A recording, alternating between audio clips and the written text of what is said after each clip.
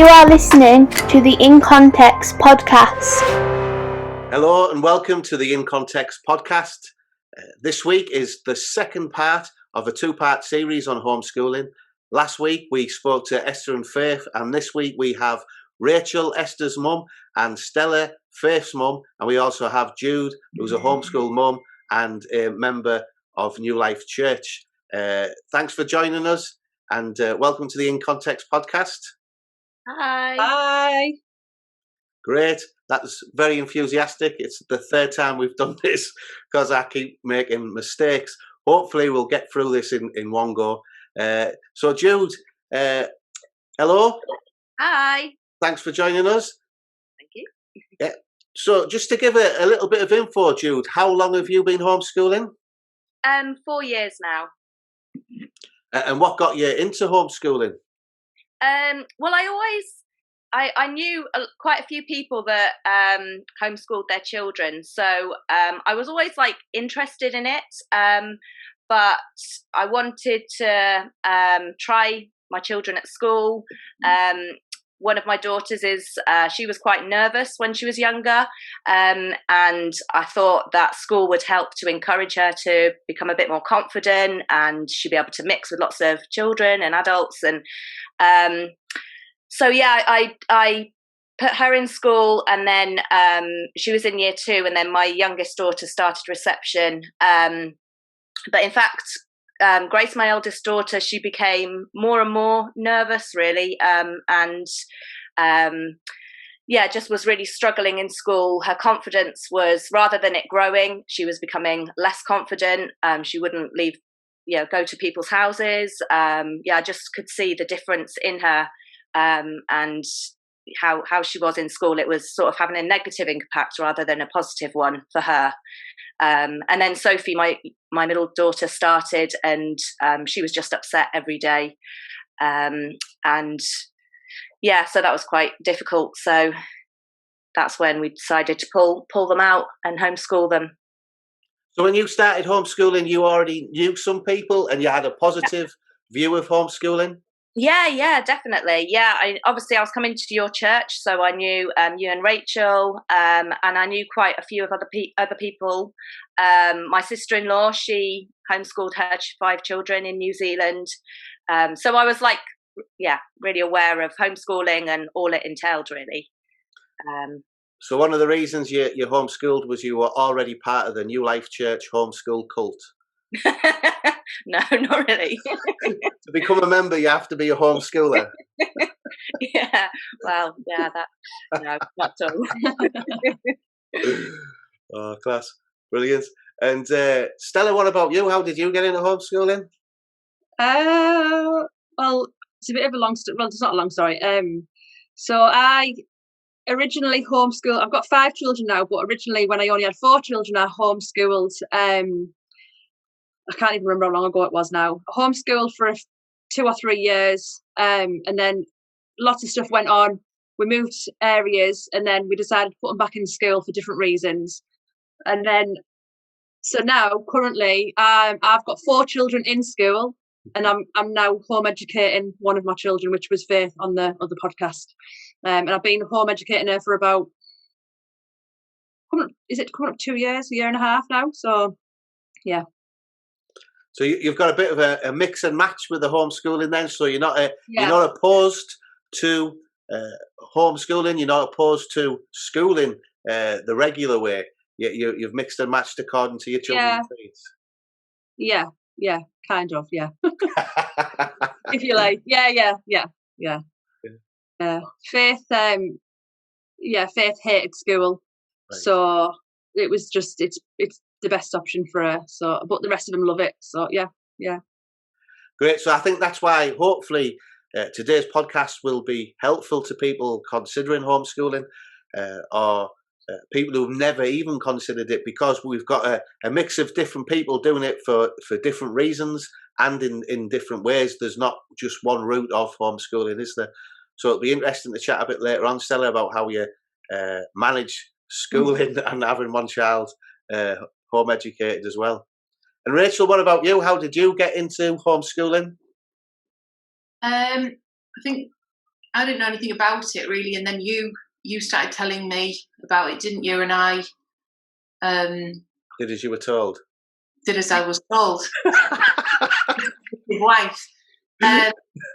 So that was we started 13 years ago, I think. Yeah, we didn't know anybody that homeschooled, and I'd never heard of it. And then we did meet a couple that homeschooled, and then I kind of started to think about. I was working full time at that point, and pregnant with our youngest, and we started to looking into it together, and that was kind of the start of the journey. And then started homeschooling our oldest daughter, and took her out when she was 7.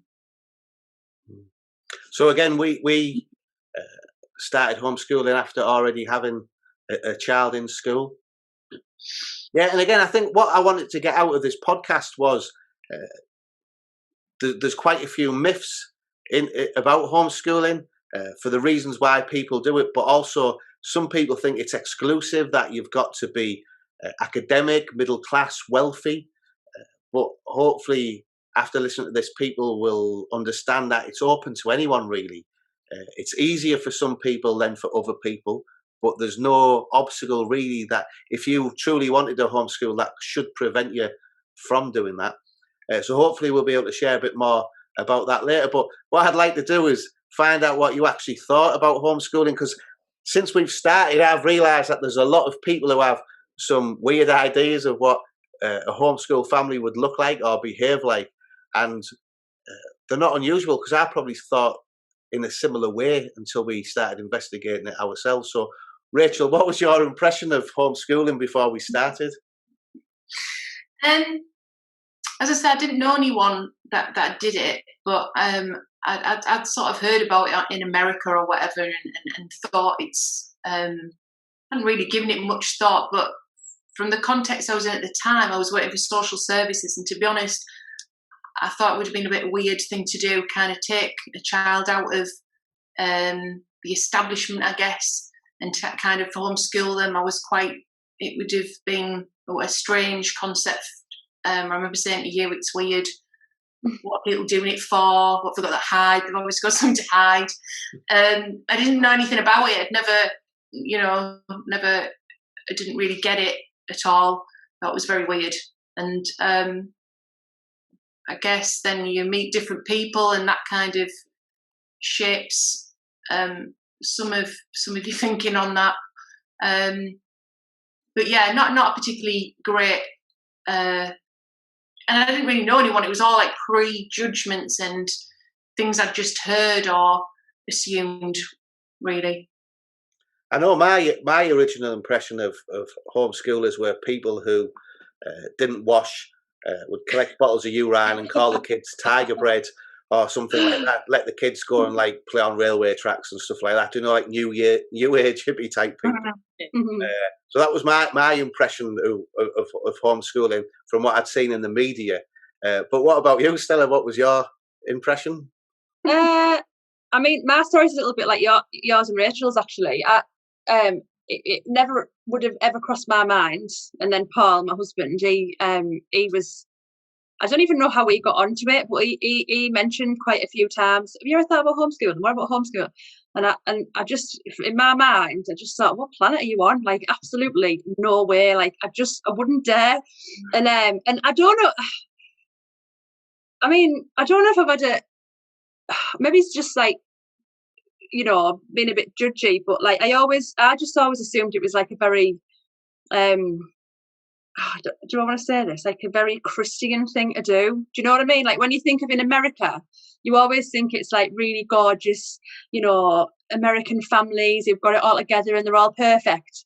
And yeah, and I'm far from that. So yeah, I thought it was a bit weird, to be honest. And I don't even think I actually thought of it on an education level. I thought more about like they'll be weird. The kids will end up like freaks, you know. Do you know what I mean? Like as horrible as that sounds, but they'll no social interaction. Like what happens there? They'll have no friends. They'll be they'll be bullied by other people, and so that was my original thought on homeschooling. So it's not now, obviously.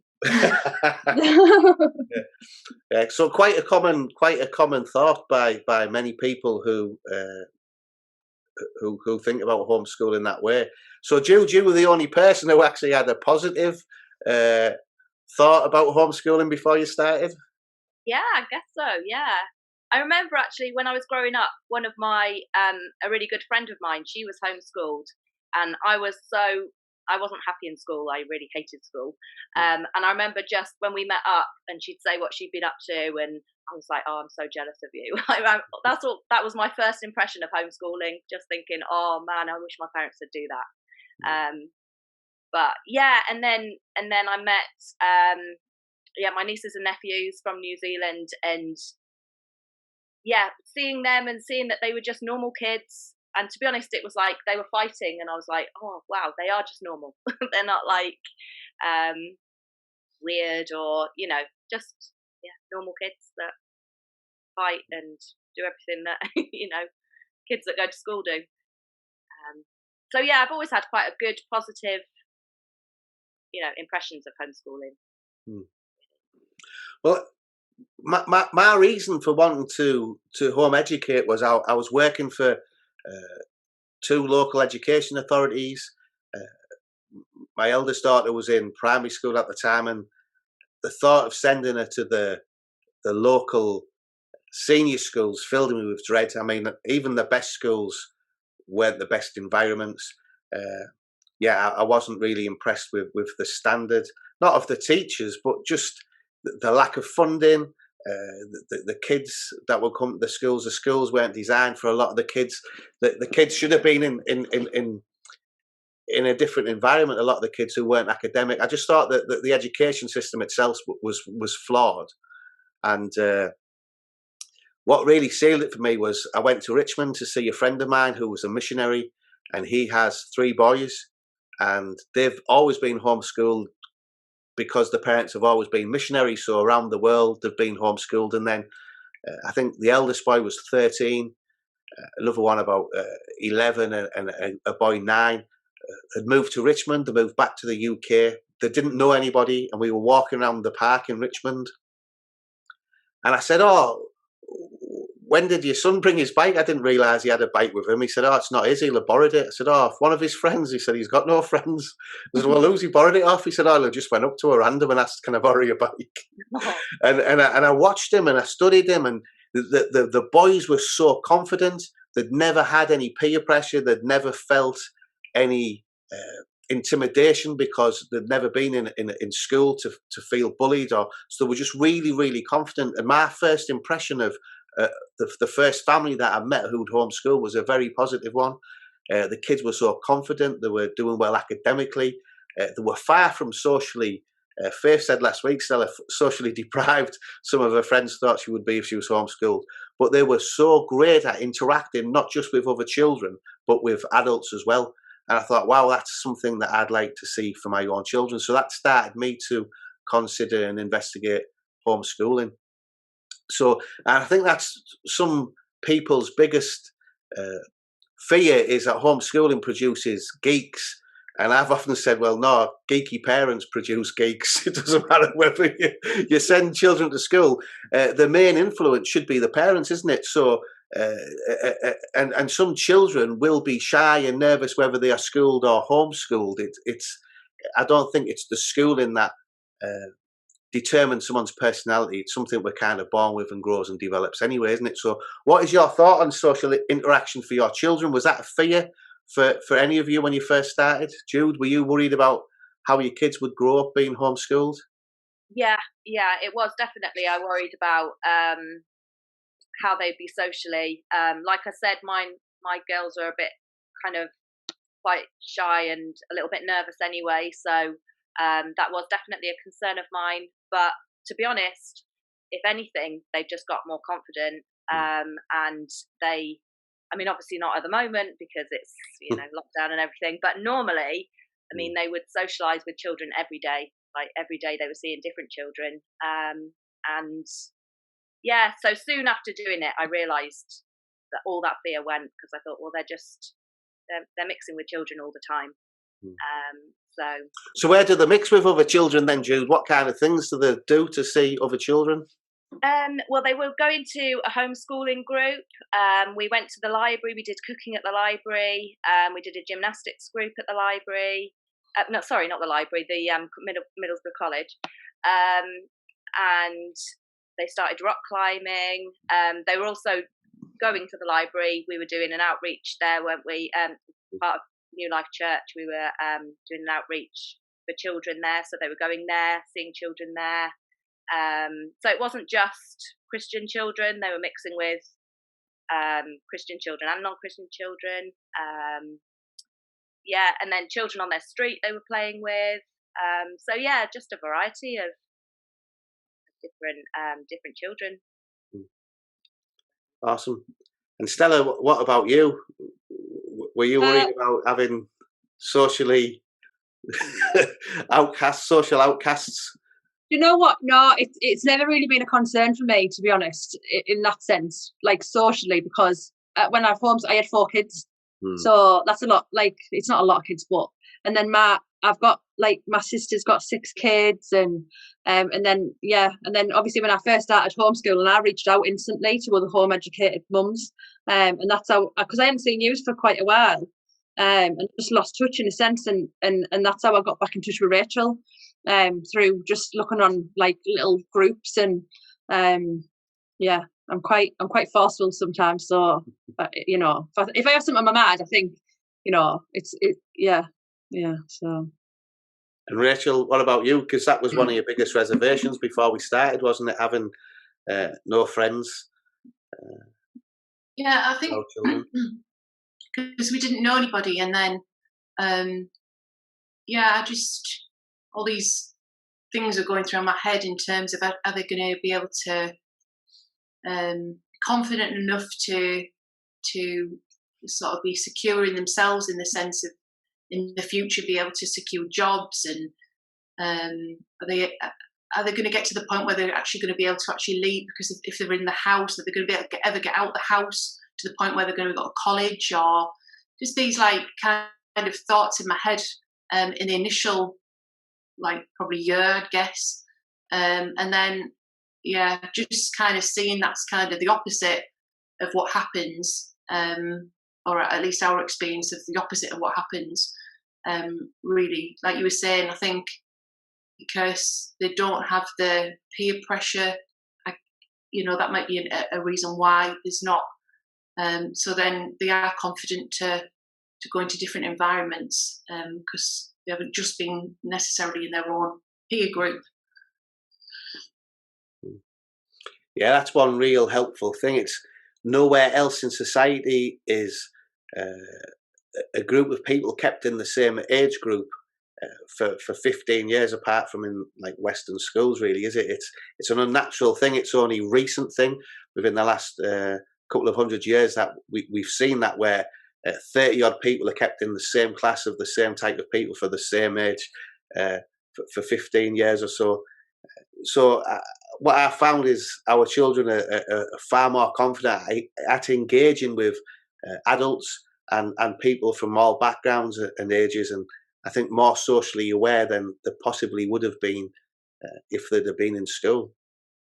Yeah, so I think that social thing is a myth. If you're from a family who keeps themselves to themselves socially, then I'm sure the children, if they were homeschooled, would do that. But I'm sure they'd be like that at school as well. I've worked in education, and I've seen the similar types of people both in school and outside of school. And I think that's a lot to do with the home life as much as the education. But one other thing that I'm often faced with when we travel and we share that we're homeschoolers, especially Christian teachers will ask us, well, how do you do that? Have you been to university? Have you got a degree? Did you used to be a teacher? And many people are under the impression that to home educate, you must have a qualification in order to do that. And I like to remind people that I did actually teach my children to go to the toilet, to feed themselves, to tie shoelaces, to ride bikes, to swim. There's so many things that we as parents teach without the help of teachers.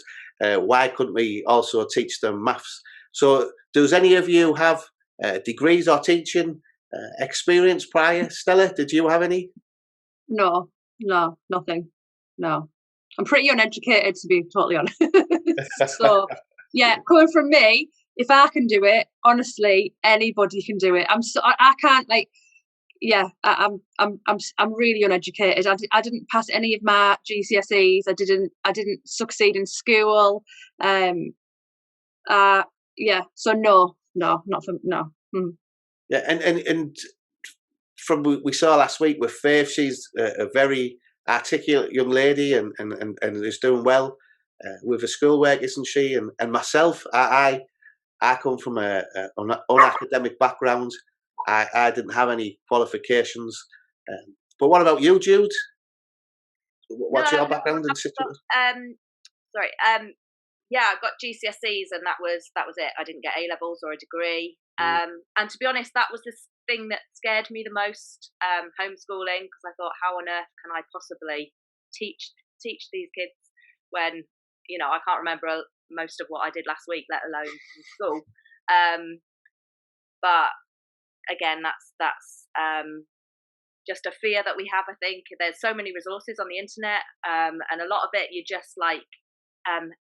You're just facilitating their learning. Like they have, they do a lot of their maths online, and because maths was a big fear of mine because I don't particularly like maths. But yeah, it's there's so many helpful programs out there. What maths program do you use? Conquer Maths. It is. That's what I'm using at the moment. So I think he's Australian. And that's really good. I think they do that up to A level actually. Certainly up to GCSE. And then there's another English package that we use, isn't there, Rachel? Because what is your background? You're slightly more educated than I am. You're posh for somebody from Middlesbrough, aren't you?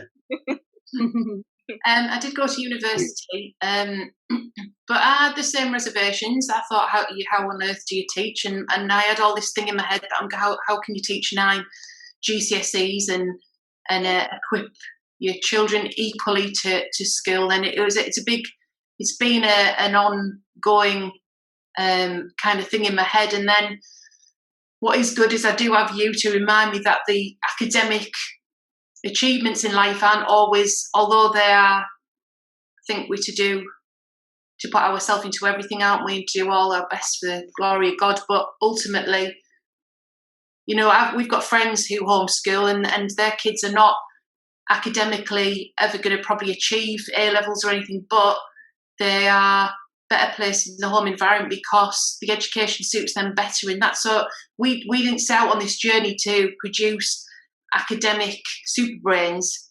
I think you've got a responsibility within it to teach, obviously, and to get them through, and if they want to sit exams, then encourage them to do so and equip them.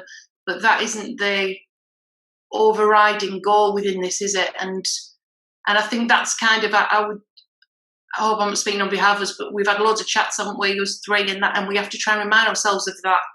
We know that we're not Einsteins ourselves, so we can do our best, but it's balanced with the other things that are important as well. Yeah, so we're looking to help raise children with good character and happy children with good character rather than raise boffins, isn't it? Academic. We encourage our children to work hard in whatever they do, but how they work is more important to what result they get. So I'd like to see my child put 100% in and get a D or a E, then be half-hearted and get a B or an A. So again, it's about personality and character that we're trying to develop, not just GCSEs. GCSEs and qualifications are just a part of why we homeschool. But there must be a cost. We say that anyone can do it, but it is easier for some people than others. We struggled. We were working when we started, Rachel. So share a little bit about. There was a lot of sacrifice involved. So how did we alter our lifestyle so that we could home educate our children? So we were both full time, weren't we? But then I gave my job up, and yeah, there's of course there's cost implications, but I don't think to the extent that probably people think there are. Certainly, that was another one of my worries, thinking how we're going to afford this, and what if we couldn't, and we're going to let them down because they could go to school and get all this sort of things for free. The cost, the internet is a big bonus, obviously, so it's got loads of resources on, and there's loads of people out there, because homeschooling, even in non-Christian circles, is majorly increasing. So the resources are becoming more and more, certainly loads more than we saw when we first started. More and more people are producing things and trying to help each other. So yeah, it has cost implications. You've got to factor that in. But certainly, I think you'd agree, Jude, Stella, not to the extent that we thought it was. Obviously, GCSEs can be costly. You've got to find somewhere. You've got to pay for them up front. If that's the avenue that the child wants to go down and you think that's appropriate. But yeah, I wouldn't say it's sacrificial, but it's not way out that you couldn't necessarily do it, I don't feel.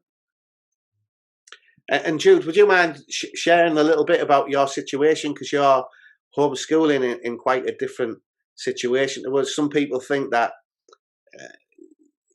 you need to be wealthy, you only middle class people. You probably are middle class, to be honest, but you don't live in a middle class area, do you? Can you just share a little bit about your context?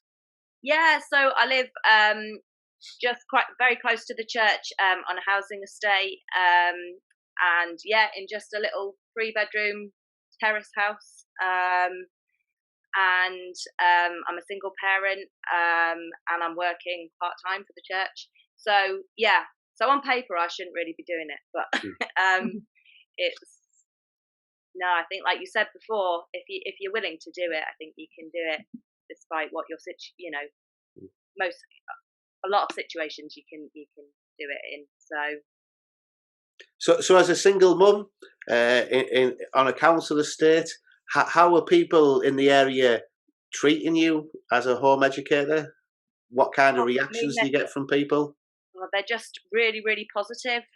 Like, everyone that I meet sort of locally is just so positive about it. I mean, my neighbour, I was talking to her a few weeks ago, and she said, "Oh, if only I knew you when my daughter was younger." She said, "I'd have homeschooled because her daughter was really unhappy in school." And she said, "I was desperate to do it, but I just didn't know anyone that did it, and I didn't think I could do it." So yeah, everyone is just really, really positive about it. I've never had anything negative about homeschooling around here. People just accept it, and are really positive. And what are the challenges working part-time, being a single mum and home educating, like you say? How do you fit all that in? Because being a single mum alone is difficult without having to home educate and work at the same time. So how do you work that? How do you find it?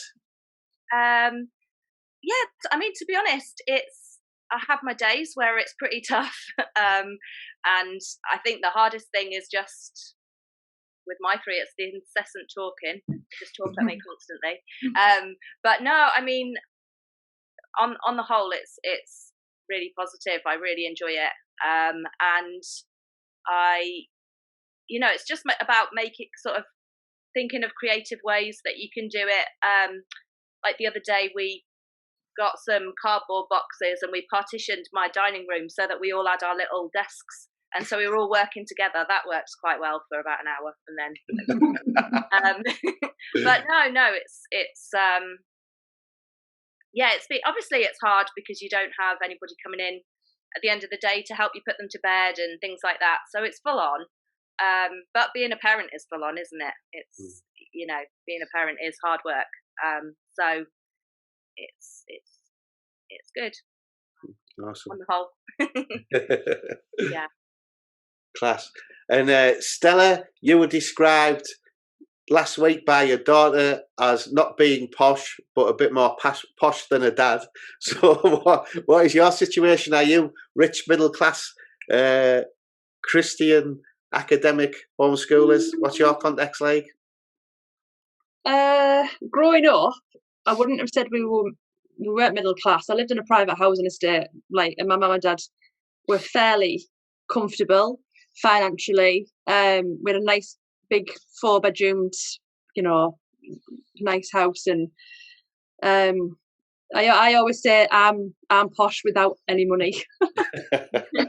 So but. And then Paul's was brought up, his parents were drug users and he was involved in crime. And so, yeah, we were brought up quite differently, me and my husband. But what was the question? Sorry for what we said. So people have an impression of what type of people can homeschool. They think it's quite exclusive. But I'm just trying to highlight on today's podcast that people from all walks of life can do it, and I was just sharing the different contexts that we have, and I think Paul and yourself is a good example. Like myself, I was a drug user and not really academic yet. I think more and more men like me and Paul would love their children to be home educated, and again, we're far from the stereotypical ideas what people have. If people met Paul, then they know what we were talking about. So he's similar to me. A lot of people who listen to this podcast think I'm full on, and if they had me and Paul together, I don't think they know what to do. Yeah, can't get a word in.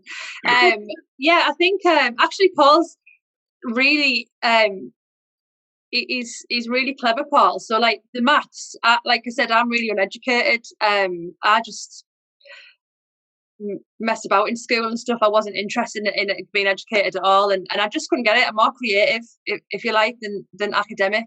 Whereas Paul's really academic, so it's really good for me because obviously, like what Jude was saying about the maths, like honestly, I can't. It's like funny. I can't even tell you what my 3 times table is. I'm that uneducated. But so if ever there's a problem with maths, Paul will jump in and he can help. But a bit like Jude, I've only ever really had positive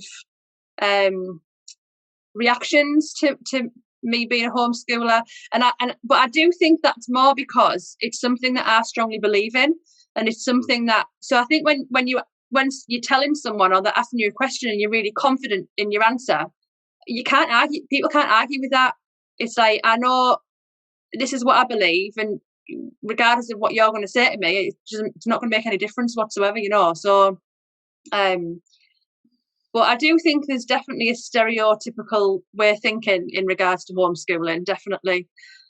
But luckily I've not, because I just shut people down if ever they said anything negative anyway, to be honest. So, yeah. I think it's I think it's interesting as well because out of like everyone we know, I would say same for me on the estate. I've never encountered anyone that's been negative, and yet when I go places and they say, "Oh, what do people on know where we're from? What do people on the estate?" I bet they think it's weird. I bet it's a bit alien for him. It's the complete opposite. Yeah, in fact, it is. If I've kind of experienced any negativity at all, it's in the church amongst certain Christians. Never ever experienced it in non-Christian circles, and never on like estates. It's the complete opposite. Yeah. That's similar to me, to be honest. I've only ever had a couple of people who's had an opinion on it negatively, and again, same from the church, saying it's not normal, and you're not qualified to educate them yourself. But most people I speak to about it are quite positive. Yeah. A lot of people say, "Well, how do you do ministry if you homeschool?" A lot will say that ministry should happen at the school gate, which I think is a bit daft, really, because it makes out that the only people that you can evangelise to are parents, and not everyone on a council estate is a parent, and even those that are parents, not all the children go to school. Some have left, some aren't of school age yet. So how has it affected your ministry? because it will affect the ministry some way. Has it been negative or positive? And how have you managed to get around this all-important school gate ministry, which everyone mentions to us? When I've met the mums, they've come here to our house, or I've gone to theirs, and maybe they've got younger children. I've taken not so much our eldest now, because she's older and at uni, but when they were younger, I would maybe I'd take them, and they'd look after their younger children, while I could spend time with a mum. I've done Bible studies when our youngest is entertained a toddler, so I could get on with the Bible study. It's very much instilling into them that this isn't just us, this is a family. We do this as a family. We decide things as a family. We do the ministry as a family. When we've had outreach at the local library, and we've put on, we had our family sessions there 3 days a week. We'd take the kids. Esther sometimes led, some of the mums and toddlers sessions, as in the sing-song bits. So, because I think what people probably do, and it was probably my understanding, it was, I was seeing it as just lessons. How am I going to get in all these lessons and then have time for ministry? Ministry is not going to leave me a lot of time if I've got to teach, 9 till 3. But because we saw it as it's all encompassing with them and the teaching within it, it's never been an issue. And in fact, it's been a bonus, because when I've been able to talk to a mum, then I've had another helper to help me with a child, or, if I've gone shopping for somebody, they've come with me, they've got the shopping. Obviously, it does mean that our kids have been exposed to things that maybe definitely other children won't have seen, because we've had people here coming off drugs, they've given their bed up at a minute's notice, that sort of thing. They've been here during the day. If we're dealing with I'm dealing with someone, you can't just then say, I'm going to get the maths book out. We're dealing with a situation. So that's been impacting, but has it been detrimental? I don't think so. I think if anything, it's been advantageous to rounding them a character and understanding, like, life really is not one list of just subjects. Cheers, Rachel. And Jude, what about you? How have you found homeschooling affect your ministry? Has that made it harder? Has it made it difficult?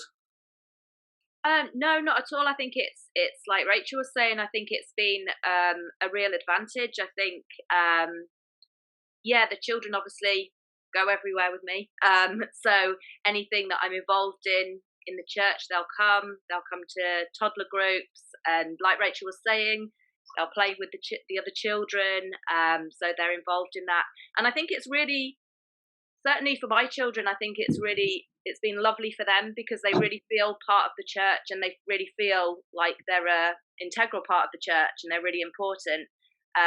So that's been really lovely and encouraging. And just for example, like a few months ago, I was out on the green. So I live, there's a green just opposite where I live. So often Jacob my little boy will play on his bike out there, and my little girl will be on her scooter. And so I'll be out there, and then neighbours will come, and then I'll get to speak to them. And I've had some good gospel conversations with some of the neighbours. And, that's come about from me being outside with the children. So I just think it's being mindful, isn't it, of everywhere, your whole life is ministry, isn't it? And that they're just can be involved in every part of that. And I think it's really good for children to see. It's a good example for the children, really, to see that it's not just a Sunday and a Wednesday night, that our whole lives are living for Jesus, isn't it? And so it's been really, it definitely hasn't held me back. Awesome.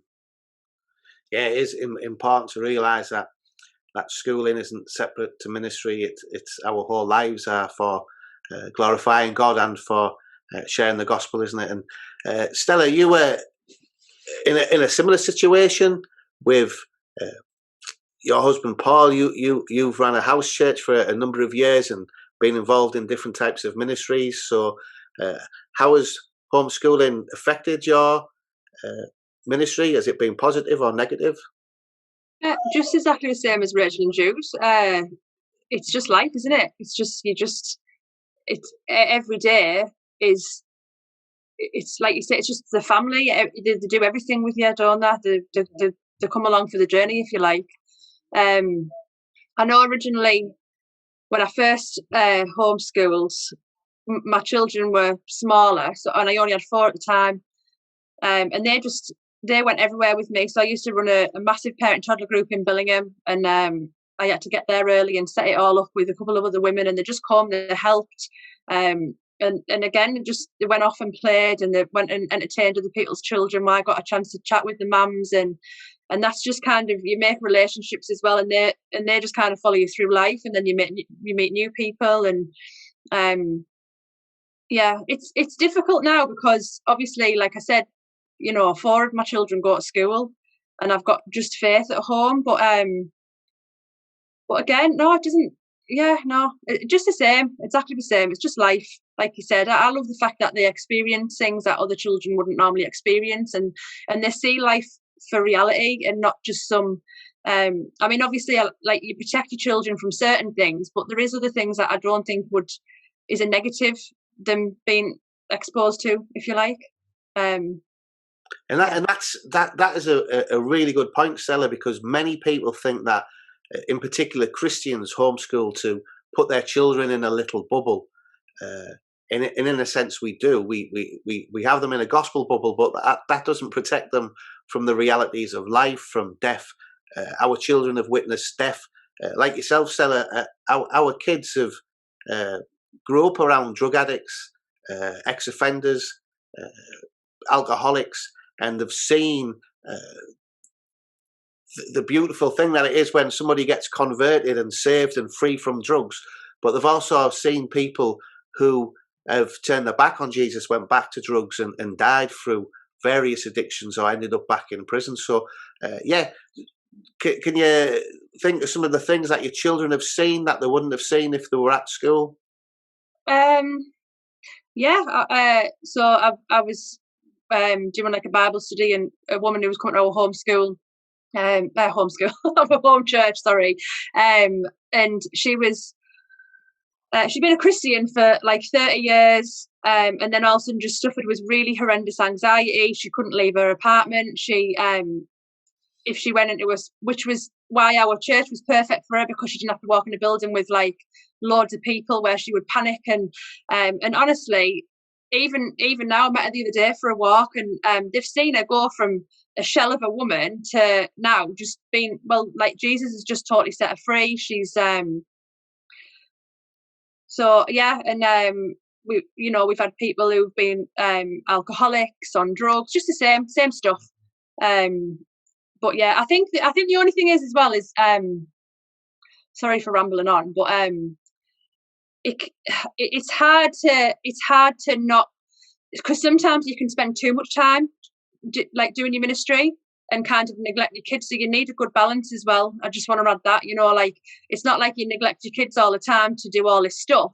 Your kids are with you, they're part of it. It's not like you go over there and sit with them kids. It's like it's all part of the process, and it's all positive. So yeah, if that makes sense. Yeah, definitely. I just don't want it to sound like you fob your kids off in a way, and then you're off doing all this awesome stuff, because it's not like that at all.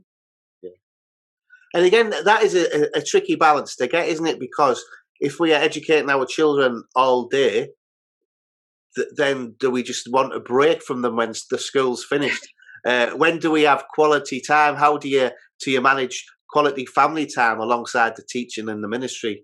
What kind of things do you do? Me? Sorry, I thought you were talking. I'm sorry, no, go on. No, if you can share, Stella, share. So one thing that we do is that every Saturday, like mid-morning, like 10, 11 o'clock, we do a big brunch with the kids, and we do like a little Bible study with them, and just kind of catch up, see how they've been. Is there anything they want us to pray for? Is there anything that's they can testify? Is and then like we'll just do usual things, sit and watch have movie nights with them, go for walks, take them to the parks, go and visit family. I mean, obviously it's a bit difficult now with all this COVID stuff going on, but yeah, so. Well, everyone's homeschooling now, aren't they? So yeah, exactly. It's rock hard homeschooling schools, children. yeah. We're just saying all the work that they've got to bring home. It's hard work that. What about you, Jude?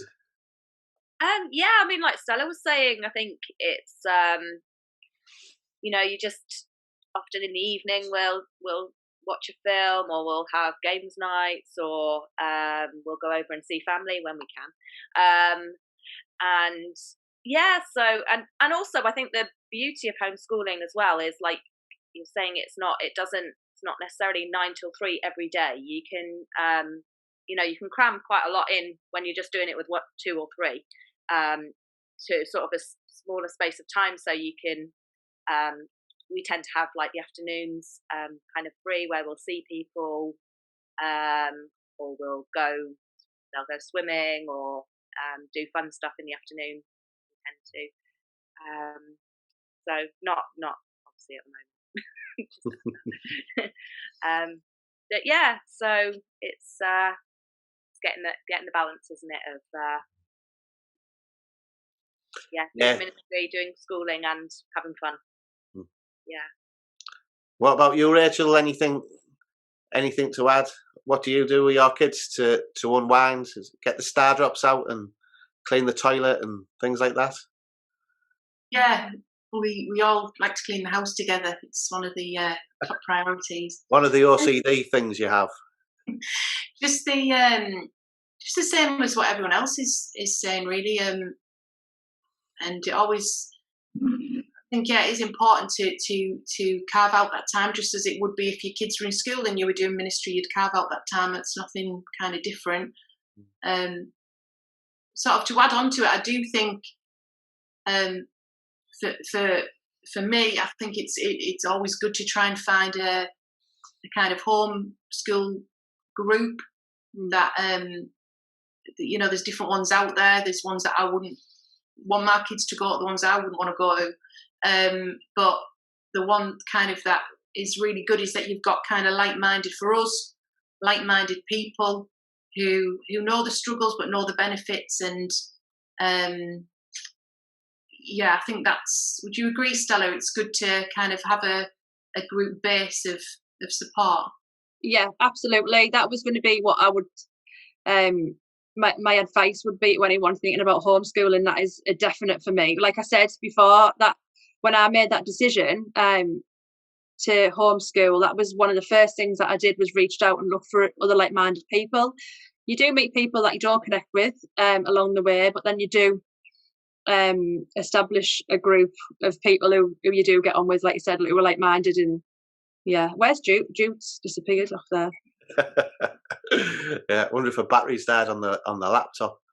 Yeah, so again, we don't want to come across on this podcast that we are advocating homeschooling's the only way to go, but what we do want to do is show that it's a valid option, not just for people in ministry, for anyone who's considering what is best for their children's education. Then I hope that this has got rid of a few myths. And then we want to be honest, it is challenging, it can be hard work, and there is sacrifice needed to homeschool, but the benefits for us far outweigh the negatives. But it's up to every parent to make that choice for their situation in life. But it is a consideration that has benefited us in ministry in a hard place.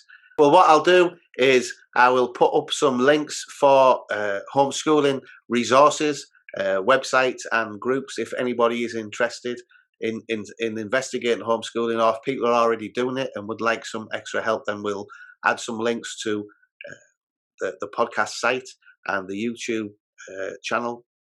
But what we'll do is we'll say good night. Thanks very much for your time, Rachel. Thanks, Stella, and thank you for Jude, who's also gone. Thanks for listening to the In Context podcast.